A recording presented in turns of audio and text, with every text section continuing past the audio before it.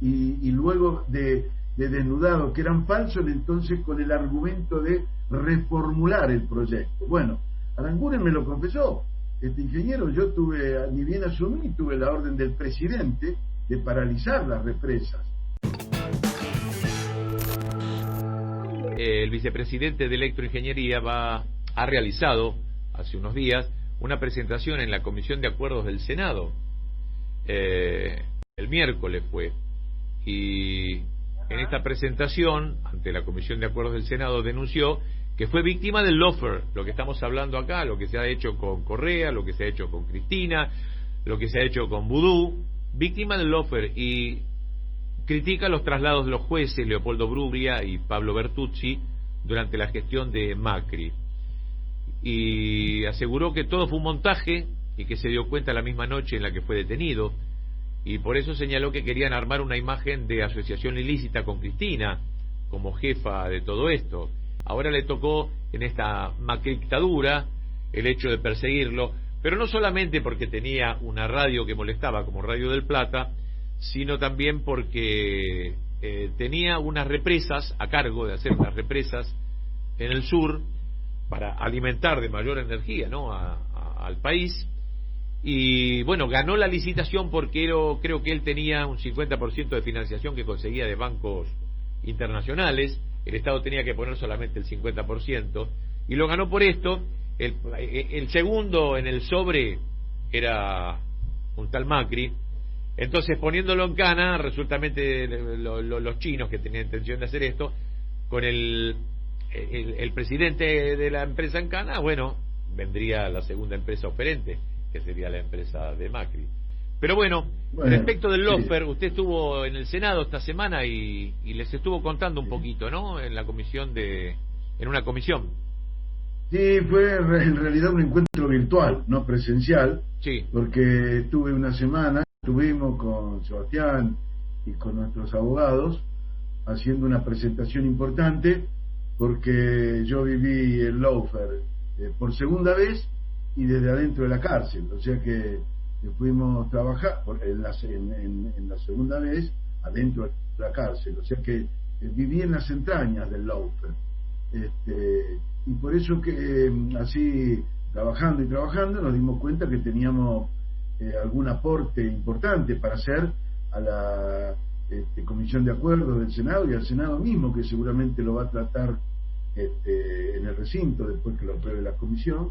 Así que bueno, escribimos, apuntamos, buscamos pruebas, presentamos más de 500 páginas, Leonardo, sí, para tratar de hacer un aporte, y esperemos que haya también otras personas, otros perseguidos, otras víctimas, y no tanto, y otros indignados con esto que está viviendo la Argentina y la región, y hayan presentado cosas de modo de demoronar o comenzar a demoronar el lawfare, que si uno no lo para, sigue. Pero en definitiva, ¿por qué? ¿Por qué buscar a Gerardo Ferreira? ¿Qué es lo que pasó? Creo yo, expliqué a grosso modo recién mientras esperaba esta comunicación, por el hecho de las represas, es un negocio interesante para otros y no debería estar en tus manos, por militancia y además por tener una radio molesta. A la primera campaña del lawfare, que fue en el 2007, cuando armaron justamente la coalición cívica con la doctora Carrió y otros funcionarios, un denunciador serial que se llama Moner Sanz, nos hicieron 2 denuncias a nosotros, 2 denuncias importantes en un contexto de otros denunciados también, Cristóbal López, Lázaro Báez, y también con el modelito de que la doctora Cristina Fernández de Kirchner era la jefa de esa asociación ilícita junto con Néstor Kirchner, que estaba vivo en ese momento. Por supuesto, nosotros nos dedicamos a defendernos con toda la fuerza que nos da haber hecho las cosas bien, ¿no es cierto? Nunca un sobreprecio a la gente, jamás vamos a diseñar, construir las obras, licitar con sobreprecio a la gente en general, al pueblo en particular y a los maestros, que era el caso de mi padre. Así que esa causa nosotros trabajamos. ¿Me escuchan? Porque acá es como que desapareció. Perfectamente, Gerardo. Bueno, Leo, esa causa nosotros trabajamos 3 o 4 meses pedimos una auditoría externa, que es de la UTN, que todavía deben estar los ejemplares, también muchos folios, más de 600 folios que hizo la UTN, y en esa misma causa que denunció la doctora Carrió, nosotros le habíamos sacado 40% de diferencia a Techín. Si quieren, les envío una copia de la tabla de cómo salimos de la licitación. Así que al poco tiempo le archivaron esa causa. No, y también todo lo que tiene que ver con este negocio, en donde también estaba metido Techín, los Macri y demás, había que sacarte del medio para que esos segundos, terceros y cuartos sobres que no ganaron la licitación puedan tener la oportunidad de algo que, además de beneficiar a la Argentina, es un negocio grande para el empresario que lo realiza, y ellos están atrás de todo eso. Pero estamos hablando de estos años que has estado ahora, estos tantos meses de presidio injusto, pero ya conocías de esto. Yo le contaba a la audiencia que venís de comerte muchos garrones, ya tu historia de militancia tenía que ver con esto. Hay un paralelismo también con la época más oscura de la Argentina, ¿no? El paralelo, si ustedes profundizan, rascan un poquito esta época del Laufer, el paralelo tiene muchísimos parámetros, muchísima similitud. Yo contaba ahí en la cárcel, como estaba en las entrañas del Laufer, contaba que los desaparecidos de antes son los estigmatizados de ahora, y los perseguidos de ahora, porque nosotros somos una sociedad que está acostumbrada a vivir en sociedad, en manada, ¿no es cierto?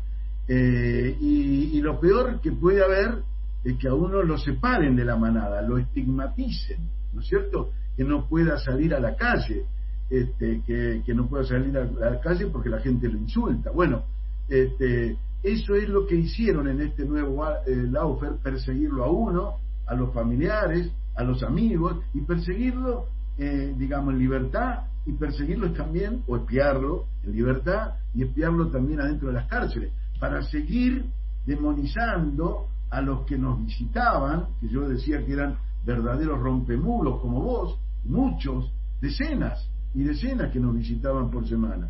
Entonces, los desaparecidos de antes ahora son los estigmatizados de ahora, y el plan económico era el mismo, ¿no es cierto? Los perseguidores también eran el establishment, ¿no es cierto? Y los perseguidos, todos aquellos que formaron parte de un gobierno popular o se resistían al modelo neoliberal, como también implantaron a sangre y fuego antes, ¿no es cierto? Persiguiendo a todos los que se oponían. Las similitudes son muy importantes. Mucha energía en este país, en una época en donde es tan vital ese elemento. Así que usted, como tiene que ver con eso, esas represas es importantísimo que las tengamos. Ya se vuelve, ¿cuándo se vuelve con las represas? ¿Cuándo comienza a laburar la gente? ¿Cuándo vamos a tener más flujo de energía? Bueno, nosotros en las represas, previo al hoy, previo al mes de septiembre, que va a arrancar la semana que viene, ya habíamos pasado una pandemia, que fue la pandemia del macrismo, que tuvo el lamentable honor de tener como primer acto de gobierno paralizar el proyecto de la represa. Yo no sé si por ignorancia, ¿no es cierto? Por incapacidad o por muy mala fe, pero también asociada a esa mala fe a su condición de ladrones y a su condición, digamos, de buscar romper esa alianza que estaba naciendo en el 2013 y 2014 con la República Popular China, porque esto me lo confesó el propio ministro Aranguren, ¿no es cierto? Que nosotros comenzamos negociaciones con la obra parada. El gobierno arranca y paraliza la obra, ni bien asume el 10 de diciembre, paraliza la obra con argumentos ambientales falsos, y luego de desnudado que eran falsos, entonces con el argumento de reformular el proyecto. Bueno, Aranguren me lo confesó, ingeniero, yo ni bien asumí, tuve la orden del presidente de paralizar las represas. Entonces, en esos 15 días que yo le pedí, llegué a la conclusión que no se podía paralizar la obra, porque si se paralizaba la obra, se caía el contrato que estaba arriba, Estado de financiamiento. Entonces se caía se caía el swap el préstamo swap de China a la Argentina, que hoy es la mitad de la reserva, o sea, la mitad de la gobernabilidad. Se caía el préstamo del Belgrano de Cargas, que era un préstamo de 2.500 millones de dólares para reconstruir toda la red de transporte ferroviaria de la zona norte, y se caía también el contrato de represa. Se caían en definitiva 20.000 millones de dólares, y al ser responsabilidad del país con la decisión de paralizar las obras, le daba pie a que la República Popular China denunciara un default.